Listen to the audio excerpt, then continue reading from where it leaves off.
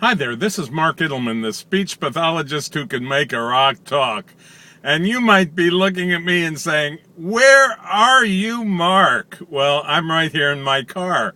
And you might be saying, "Well, Mark, why are you in your car doing this video?" Well, one of the things that I've realized through the months, and that is every once in a while you get a hunch. And you get a hunch to do something.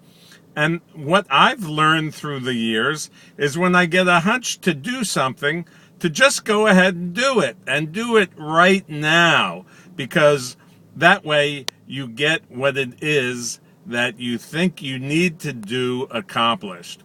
Okay, so here I am riding down the road. I'm on my way to the office supply store, and on the way, I start thinking about an old movie that I used to watch with my kids when they were growing up, and it was called Ghostbusters.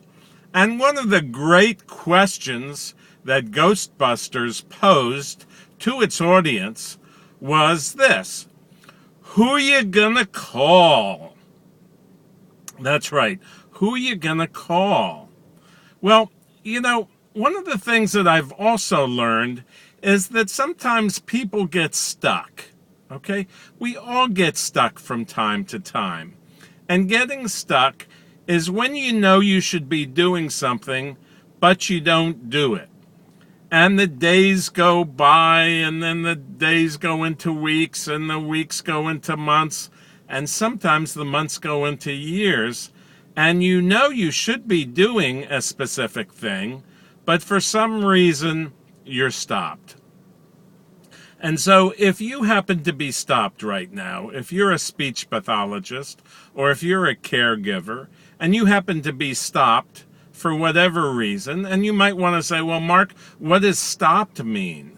And well, I could say it's very simple. Stop means, again, you have something you know you should do, you know you want to do, but you haven't done it. And for a speech pathologist, it could be something like learning expert speech and language stimulation. It could be learning about language therapy so that when a patient comes in and works with you, you feel comfortable in doing what you're doing and completely comfortable and knowing that what you're doing is going to really help that person with the severe speech and language problem.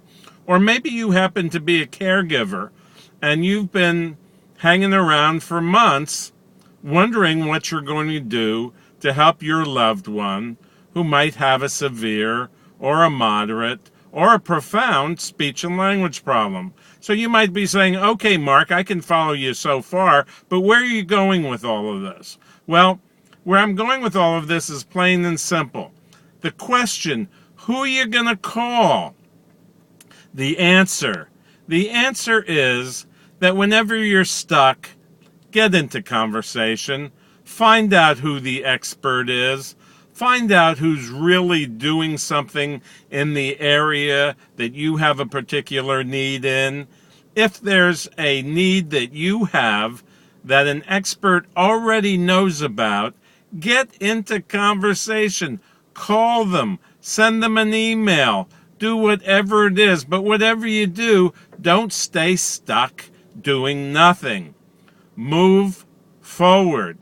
Get into communication with anybody who you think might help you or might have the answer to your problem. Someone who can help relieve your problem by teaching you or helping you learn particular things that will help you deal with the person who has a speech and language difficulty.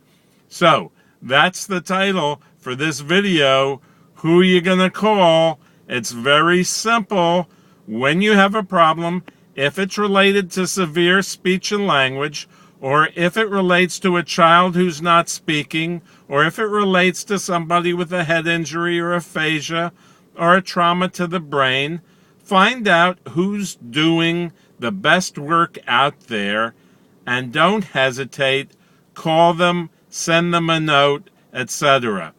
We've written a book called The Teaching of Talking, which is designed for caregivers and speech therapists to teach you how to stimulate language with people who have anywhere from a mild to profound difficulty.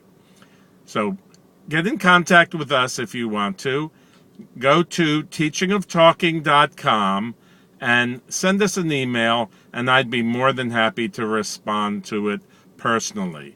This is Mark Idelman, the speech pathologist who can make a rock talk, saying adios, saying goodbye, saying I hope we have a chance to get into communication with one another, and allowing me to help you if you have a concern about mild to profound speech and language difficulties. Have a great evening. Have a great day. Have a great life. I look forward to speaking to you and speaking with you again. Bye-bye now.